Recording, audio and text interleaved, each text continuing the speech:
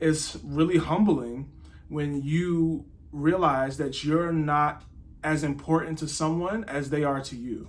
So I really put Pauline as my number one friend, but if Pauline puts me as her number three friend, that hurts.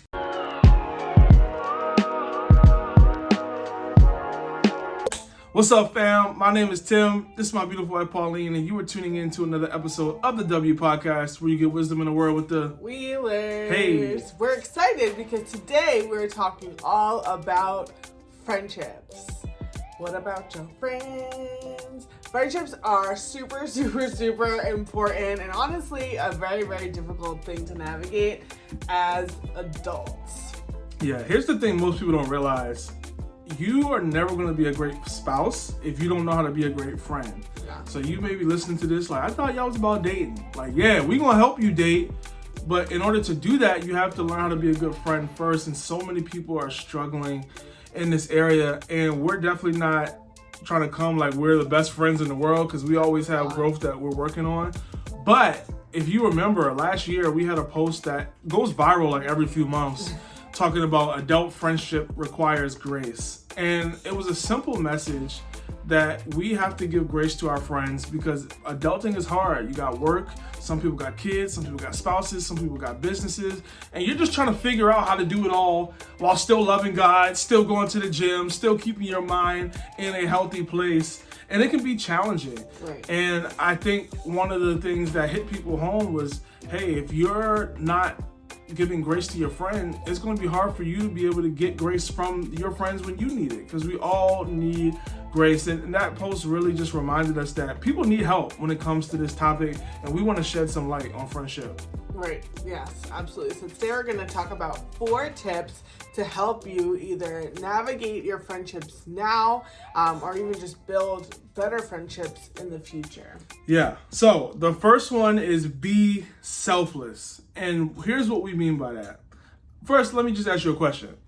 Do you serve your friends? See, so many people, they think about serving at church or serving at a soup kitchen, but we don't really think about serving our friends. And that really is just simply caring for them and being intentional about what can I do to make my friend's life better. Yeah. It's not just, oh, you're moving, let me help you move. Nobody even likes helping, to be honest. It's more so, hey, I know you had a hard week. Here's $10 to go get some lunch or go get some dinner so you don't have to cook tonight. It's, hey, I know that you're struggling with that breakup or you're struggling with your relationship with your parents. Can I pray for you? Can I just come sit on the couch with you and watch a show? Like, it's things like that when we say, are you selfless? Because that requires you to take time out of your busy schedule, your life, and be intentional about serving somebody else. Yeah, I think one of the hard things about that is some of you are probably sitting or you might be listening like, yeah, Tim, that sounds good. Like, that sounds, I wish I could do that. But I have problems with my own. I have my own family I'm trying to raise. I have, my own business that I really don't have enough time to even pour into, myself, my family, whatever the case is. And if that's where you are, like, that's okay.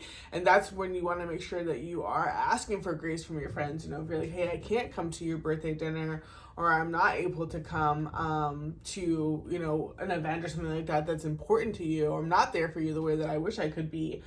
I mean, maybe I can't do that, but I can do this. I can send you $10 for lunch, because sometimes we're in seasons where we have more money than we do time. And, you can send them their favorite food. You can send them, their favorite just item, buy their groceries, whatever the case is, something that you're already doing within your schedule, just to show them that you care about them. And that can be a way to maintain friendships, because really at the end of the day, it's all about showing love. And even you mentioned about like serving, and if you think about serving at like a soup kitchen or like a volunteer situation, you're not expecting anything back from those people. You're like, hey, I want to give what I have, and whatever way that's going to bless you and benefit you, that's what I want to do. And sometimes we can kind of have laundry lists with our friends, like, oh, you weren't there for me for this, and you didn't show up for that. And it makes it honestly very hard for that person to even want to show up, because they're like, man, if I go to Tim's party, he's just going to be mad at me because I didn't go to the last one. I haven't been here in 6 months. So always have open arms and show love to people even when they haven't shown love to you the way that you need. Yeah, absolutely. So the second point, we got 4 points to help you be a better friend, help you what to look for in a friendship. The second point is be humble. And here's what we mean by that. You have to be okay with not being the most important person in your friend's life. I feel like that's hard for some people. It's hard I saw a tweet actually the other day that said it's really humbling when you realize that you're not as important to someone as they are to you. So I really put Pauline as my number 1 friend, but if Pauline puts me as her number 3 friend, that hurts. It does. And it's tough because that person has the right to do that. There's no that's why marriage is so sacred and so set apart, because you're both saying like, you're my number 1, I'm your number 1, versus friendship. They may be your best friend, but they could have another best friend, and they don't have to run it by you. They don't have to get your approval. And it's not their fault that they have, things have changed for them. And they can still love you and, be there for you. And we're not saying that you shouldn't have someone in your life that is number 1 to you and you're number 1 to them. Like, that's great. But what we are saying, hopefully you get the overall theme of this podcast today, is that seasons are what really are important when it comes to friendships. So there's a season where for example, me and a best friend are really close. And then there's a season where they're off doing work and doing business and we can't talk as much as we were talking. That doesn't mean we're not friends. Right. That just means it's a different season. There's a season where I meet some new people who we're really hitting it off because we're going in the same direction. And friends of the past, we still cool, we still love each other, but we just not hanging out every day. That doesn't mean that we never will again. And I think so often we have this fatality when it comes to friendships, like, if we don't talk right now, if the group chat isn't popping right now like it used to be, then it never will be. And that's not the case. But sometimes it will be the case. And that's good. It's okay, because you want to be able to grow. Right. And I think it's really hard when you're an adult, because especially in your 20s, because you're so used to being around your friends and having like that convenience of, we go to school together, we play ball together, like we're around one another. You have that proximity benefit. And then as you get older, some people don't all graduate college, the same time. Everyone's definitely not working at the same job. Some people move away. Some people get married right after college. Some people don't. A lot of people don't. And that changes things, So it's very hard, because for like the majority of our lives, like 18 years, even up to someone could say 20, 21, 22 years, our lives are all running in the same direction at the same pace. But after 20s, after college, some people go to grad school, like everyone just kind of veers off in their own way. And then you start making friends with other people who are married, other people who have kids, other people who live in this area, other people who have this type of job or in this industry. And there's nothing wrong with it, but I think we have to change our mindsets to know like, hey, I'm happy for that person. Yes, we don't talk as much as we used to. Maybe I only see you once a year instead of every day when we were roommates in college. And like extending that grace, because you would want them to extend that grace to you as well. I think that there's a lot of times like I said, everyone's experienced it, where you're like, man, people are mad at me for not being there for them, but they don't know my mom is sick. They don't know I just got this really bad diagnosis and I'm just getting out of bed. It's just really hard for me mentally right now. And then I have you in my phone telling me how horrible I am. And like, I don't need that. So you always have to be kind to people, and like you said, be humble and assume like, dang, maybe Tim hasn't reached out to me because he's having a really hard time. Yeah. And just assume that and like, give people the benefit of the doubt. Yeah.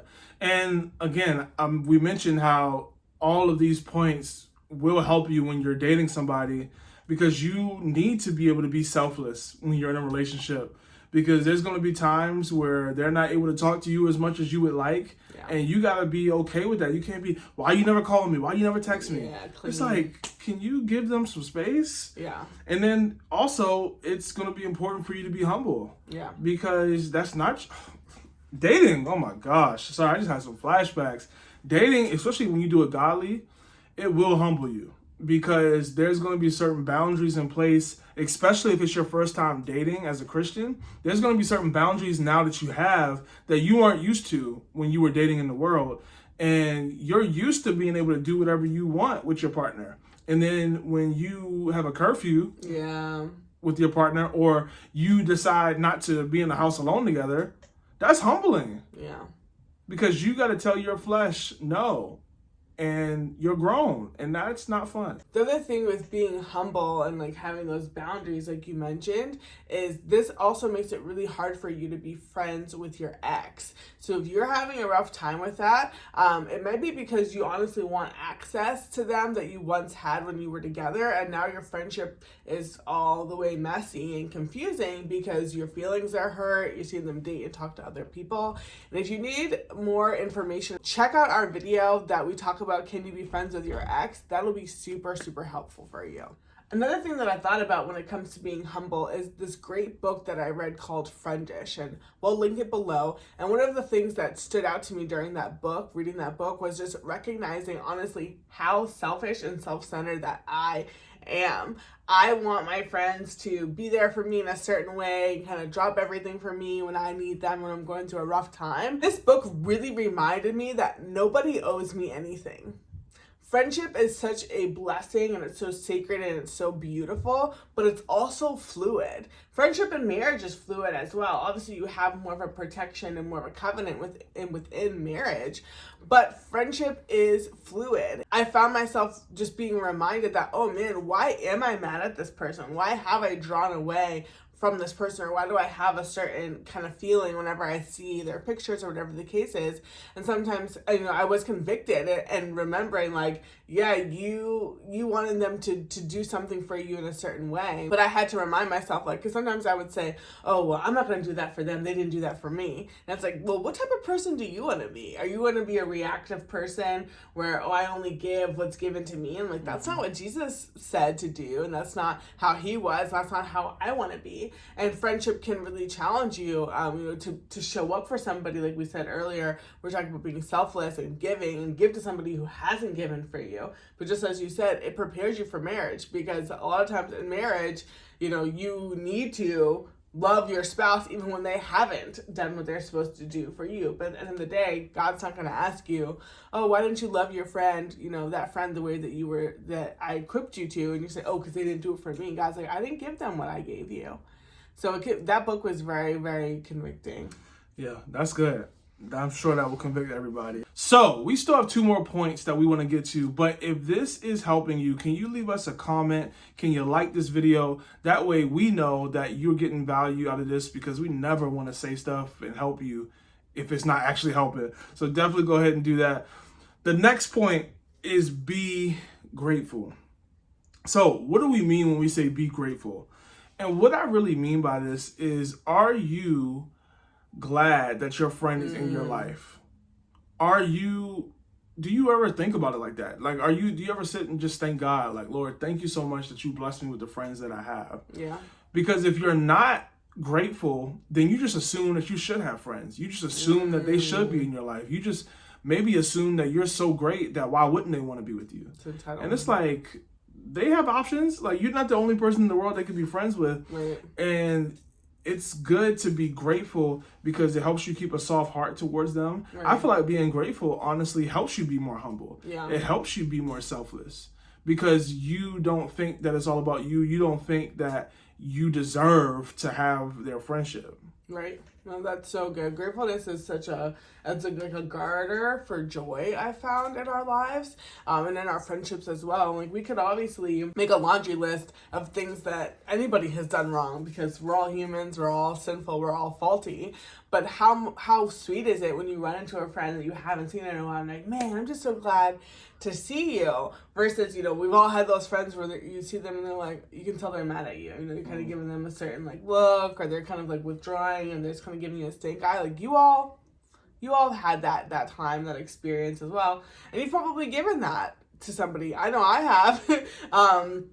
And it's not good, it's not godly, but it's just, so when you are grateful, even being grateful for the times you did have with somebody, and just saying like, man, like you were my best friend in college. Like I wouldn't have gotten through college without you. I wouldn't have gotten through high school. I wouldn't have gotten through that hard time or that sickness without you. And I'm just so grateful for those 2 years or those 2 months. Or even, you meet somebody at summer camp and you're growing up. I know I had some friends at summer camp, but also my best friend for that week. And just being grateful for the time that you did have, and like really understanding that, again, friendship is fluid. Like some of us will be blessed to have friends for decades, but also if you have friends for that long, I highly doubt that you talk every single day and every single conversation is fulfilling and loving, every single year. Friendships can stand the test of time, but they will be tested. So I think that's another way too to think about being grateful as well. It's like, okay, maybe I'm not as close with this person at this time, but what if the Lord does bring us back together? I want to start with a clean slate. I want to have a grateful heart. I want to have a clean heart towards this person, because you never know what's going to happen. You never know who knows who. Come on. And you never know, you never want to burn bridges. Like, it's okay for doors to close and seasons to change. Like, I think it's kind of an immature mindset if you're mad at somebody for moving on and growing in their life. Like, that's not good. And I think some of our communities, and sometimes they really do value that, or like kind of put that on a pedestal, like loyalty, and like, oh well, don't move far away because you're gonna leave us. And it's like, well, you should want people to grow and be all that God has called them to be, even if that means that you don't get to talk to them and see them as much as you would want to. Yeah. Speaking of gratefulness, because you said something really good that reminded me of this quote that I saw today. I saw a quote that said, failure to express gratitude actually says, I could have done this without you. And I think that is a really good quote and a good way to think about it, especially because, again, we said that how you are as a friend will translate to how you are as a partner. And when you get in a relationship, especially a marriage, if you think your life would be just as good as it is now without that person, there's no way you can be grateful. Wow. But when I know that my life is better because of Pauline, when I know that my life has done and been in places because of Pauline, like, I'm so much more grateful for her. And honestly, let's break it all the way down to our faith. When I know that there's no way I could have a relationship with God without Jesus Christ, I'm going to be so much more grateful for him. So that's just something that I think will really help you when it comes to gratefulness and understanding how important that is in a relationship. So good. Point number 4, we made it, y'all. Be curious. Now, we got a few different meanings by this, so buckle up, get your notepad out. We're going to go there. But the first thing we mean when we say be curious is don't assume you know everything about your friend. Like, continue to learn them.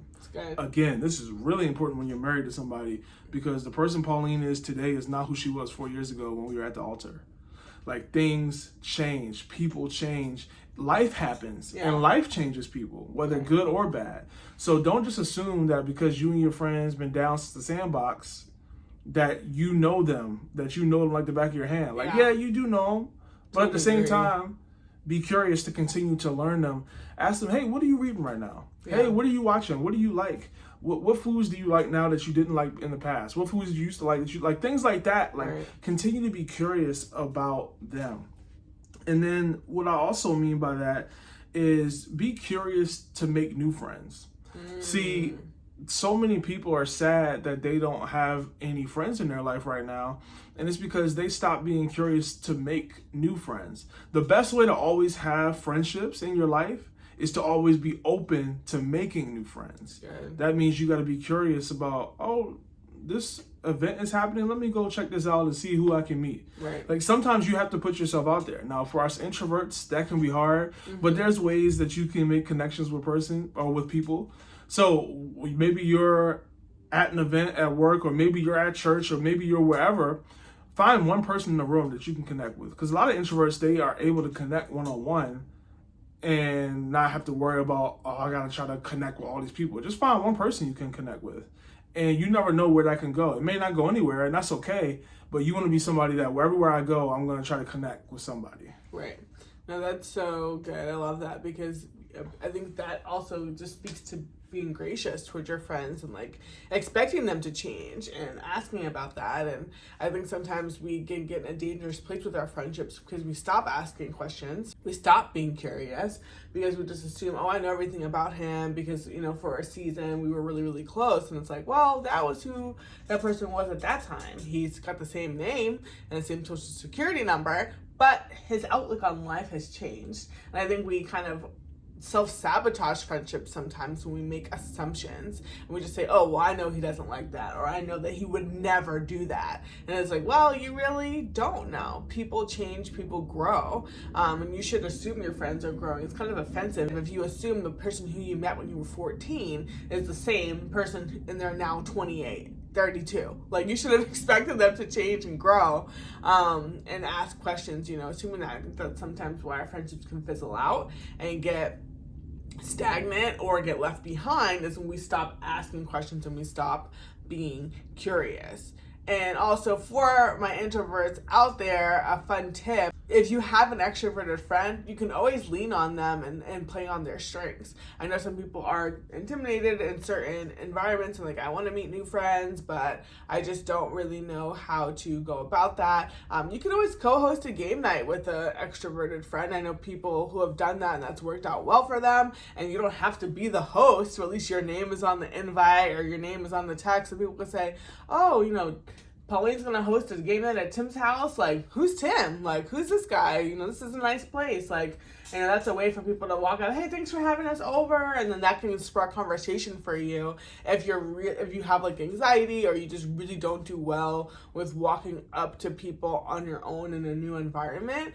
You can bring games with you everywhere you go. We know people who keep games like in their car, or like Uno or whatever, and that's a really fun idea to create an environment and be an environmental architect, if you will.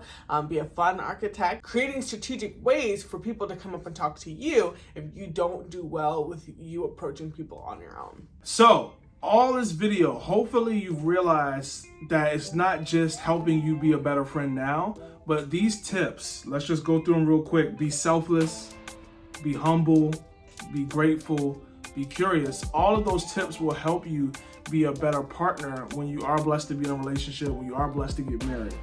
Now, if you were like, I love those tips, I want more, I want to learn how to really be prepared to be best friends with my partner, we have an amazing video you definitely want to check out. It's called the 6 questions and 5 signs to see if you and your partner are good friends. So you want to make sure you check that out. We'll put it right there, and you will really get a lot of value about how do I know if the person I'm dating really is my friend or I just think they're cute. This has been another episode of the W Podcast. We hope it added value to you. If it did, we just ask that you simply subscribe. If you're already subscribed, leave a comment, and we'll see you next week. Bye. Thanks for watching this video. To get more Christian relationship advice, subscribe to our channel. And make sure you check out our other videos as well.